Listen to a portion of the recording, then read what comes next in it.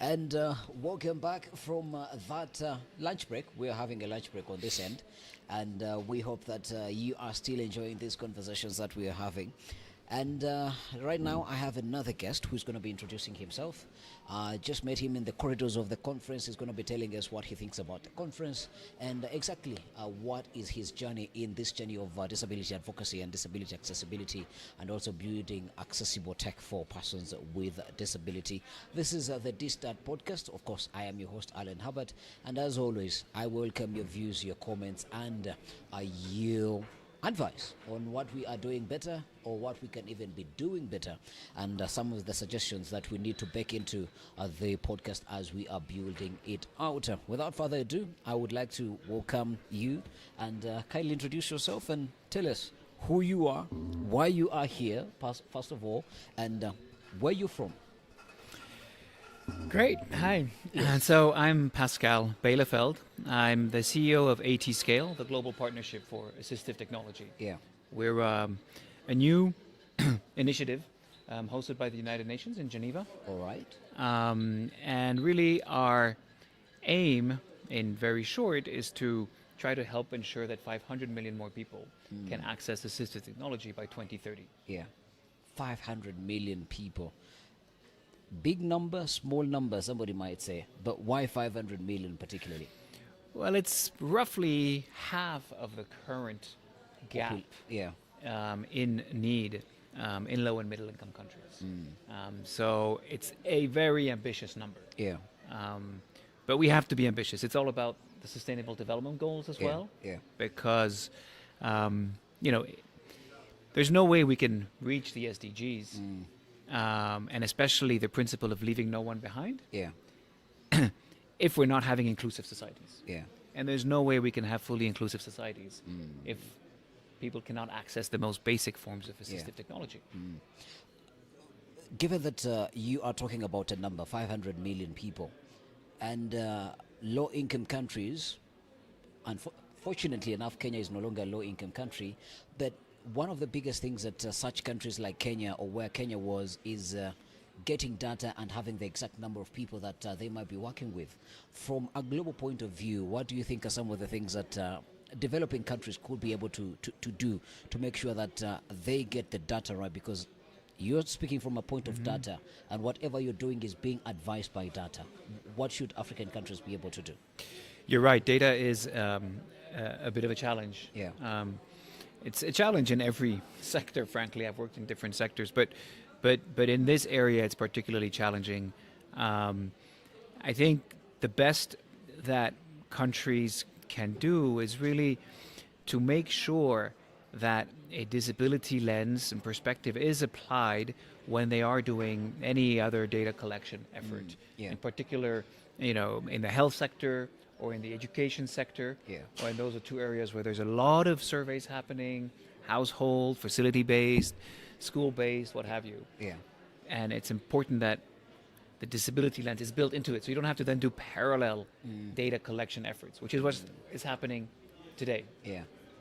Quite interesting there. I was speaking from a gentleman, and he was very particular that he's from Austria, not Australia, and he was talking about kangaroos, how they are not in Austria.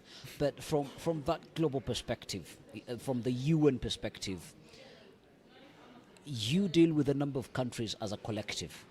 What are some of the telltale signs that show that these countries are different from each other, but then you are able to come up with solutions that would not necessarily fit every country, but you are able even to innovate on the go to make sure that you find solutions that are long lasting for the entire globe?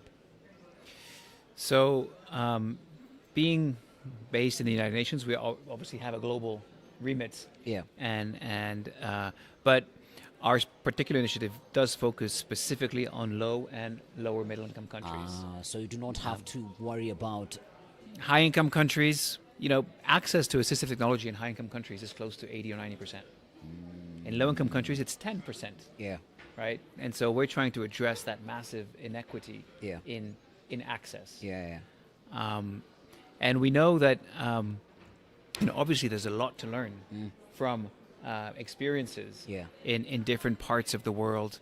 And that's one of the things that we're trying to do as a global initiative, is to really build that learning and come up with creative and innovative solutions Yeah. that could apply across multiple countries. We call those global public goods. Yeah.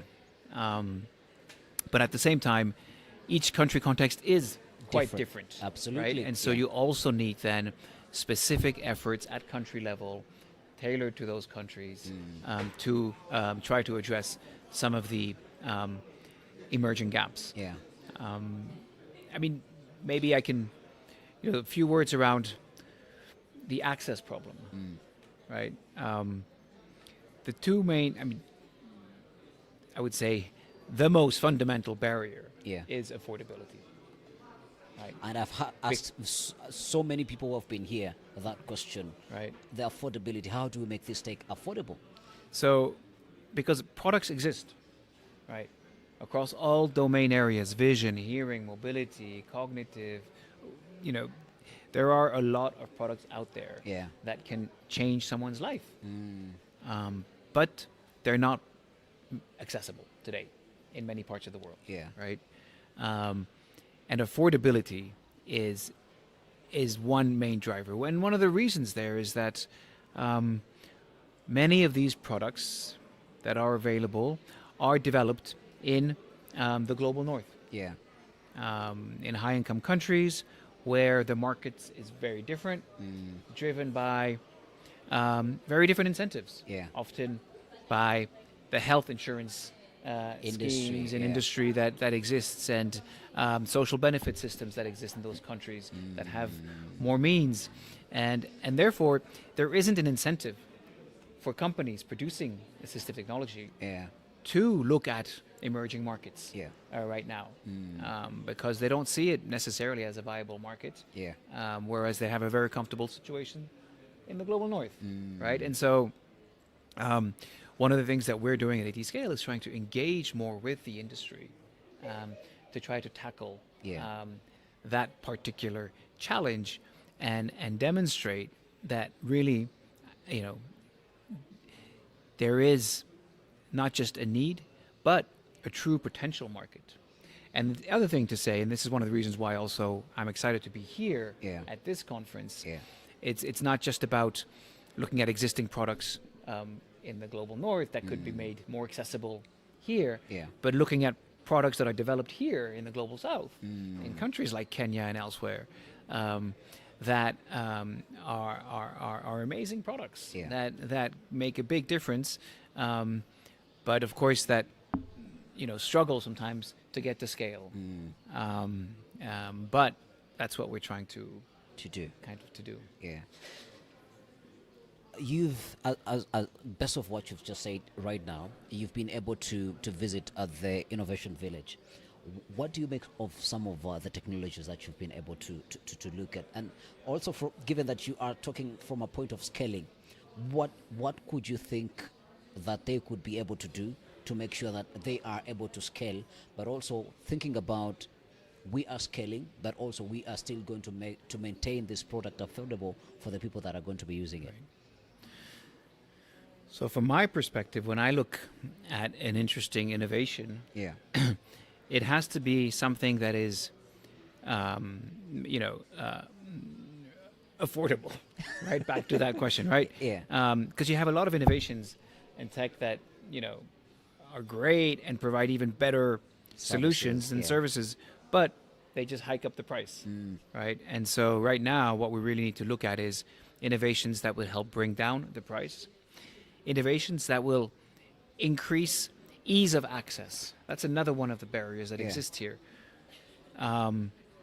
Now, thankfully, there are a lot of new technologies that allows less specialized workforce in the healthcare system and the social system and so forth to provide some of the services. Yeah. So basically task shifting. Yeah. Right? So you don't have to rely on ultra specialists that require years and years of university yeah. training and experience, which, in some countries are far and few between. Right? And so looking at those technologies like, autorefractors, right? For vision, Yeah. for screening people with a vision impairment Yeah. that now can be done without having a specialist necessarily do that step, Yeah. right? So there's a lot of other technologies out there through smartphones, for example, Yeah. that also allows that scanning, for example, the knee for prosthetics, Yeah. to design the socket. So, those are the kinds of innovations that are interesting to us Yeah. because they really then show promise in terms of being able to go to scale. Right? They make Yeah. things more accessible. They're more affordable.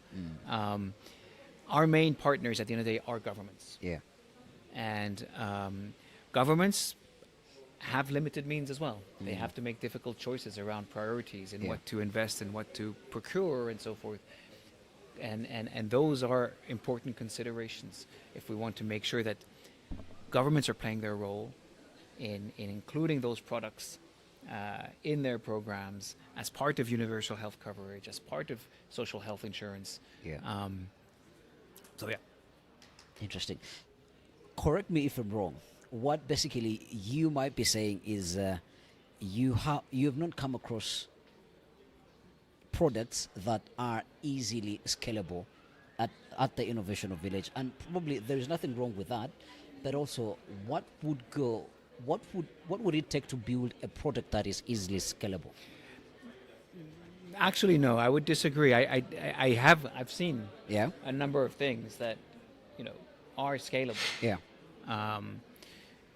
Not necessarily easily scalable, right? Because even there is a fantastic product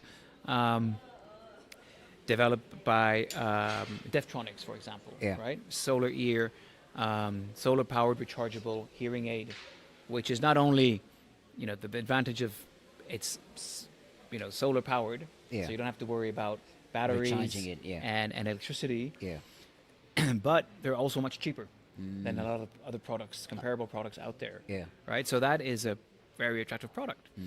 So, all things considered, that is one that, yes, you could imagine could be going to scale. Yeah. But it's still about $100 per hearing aid. Right? And Yeah. often, people need 2 hearing aids. So that's $200. That's hell a lot of money. And that is still a lot of money for your average citizen on the African continent. Yeah. Right? So it's way better than, $3,000, which is what it is on the open market, Yeah. right? Or in higher income countries. Yeah. But it's still out of reach for most people. Interesting. But the question is, what I'm really interested in, because you have the knowledge and you might have the expertise, as an innovator who might be listening to this and watching this, what do they really need to think about when they are building a product and make sure that they will be able to scale it at the end of the day? Because like the innovation that you spoke about, definitely from an innovator point of view, they would want to reach as many people as possible, and they would want to make their product as available as possible, but they are not just able to do that. What do you think we need to tinker with to allow the innovators to be able to reach that threshold of scalability? Again, I'm not a technical person Yeah. myself.